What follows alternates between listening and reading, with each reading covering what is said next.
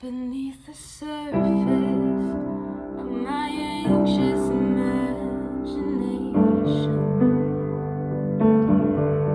beckons a calmness that is found in you alone. It washes over every doubt, every imperfection. Jesus, your presence is the comfort of my soul. Here in the waiting, I won't worry about tomorrow. No need to focus on the things I can't control. All my attention on the wonder of this moment. Jesus, your presence is the comfort of my soul. There's nowhere I'd rather be when you're singing over me. I just wanna be with you.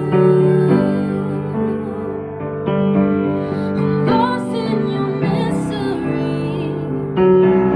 I'm found in your love for me.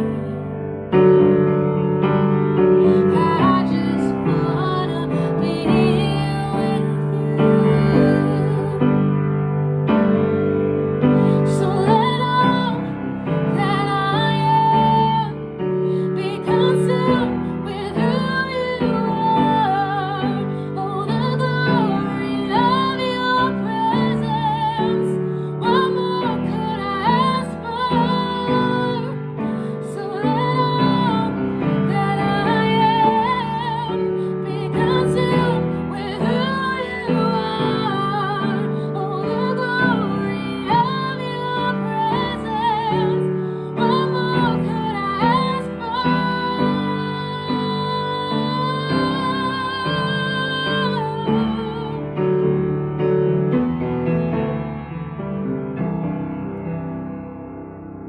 There's nowhere I'd rather be when you're singing over me. I just wanna be here with you. This morning I have a funny verse that has a pretty profound meaning to it, and it comes from Proverbs 14:4. The writer says this: "Where there are no oxen, the manger is clean, but abundant crops come from the strength of the ox." So if you don't have any oxen, mangers are pretty cool, easy, breezy to clean. But if you want abundant crops, you're gonna have oxen and you're gonna have poop. Right? Yeah, it's a poop proverb. Like, I think that's crazy and funny, but also super profound meaning, because I think a lot of things in our life work like that. If anything's taught me about Lancaster County is, yes, the oxen will plow the fields and they'll do what they do, but they also need the manure, the byproduct, to create the end product of a harvest and a abundant field. And so our relationships work a very similar way. Right? If you have no conflict, you probably have no relationships, but an abundant friendship comes from dealing with a conflict well. If you have dreams that you want to accomplish, you can't just speak them and say them and not do the work.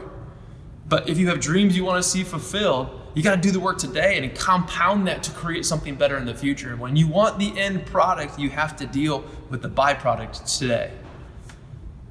And so our challenge, I think, is to shovel the manure, right? Is to handle the conflict well with honor, is to do the work as if we're working to God and not unto men, to see the dreams fulfilled that He's put in our hearts. And so today, if you want the oxen, you got to deal with the poop. God, thank you for all you've done to teach us how to live today with eternity in mind, but not to miss the beauty and the sacredness of the work today, and the conflict and the hardship and the byproducts today that create something meaningful in the end. We don't want just ease. We don't want nothing. And ultimately, we want to work hard to know that you are using us to sow something today that will reap great benefit in the future. In your name, amen.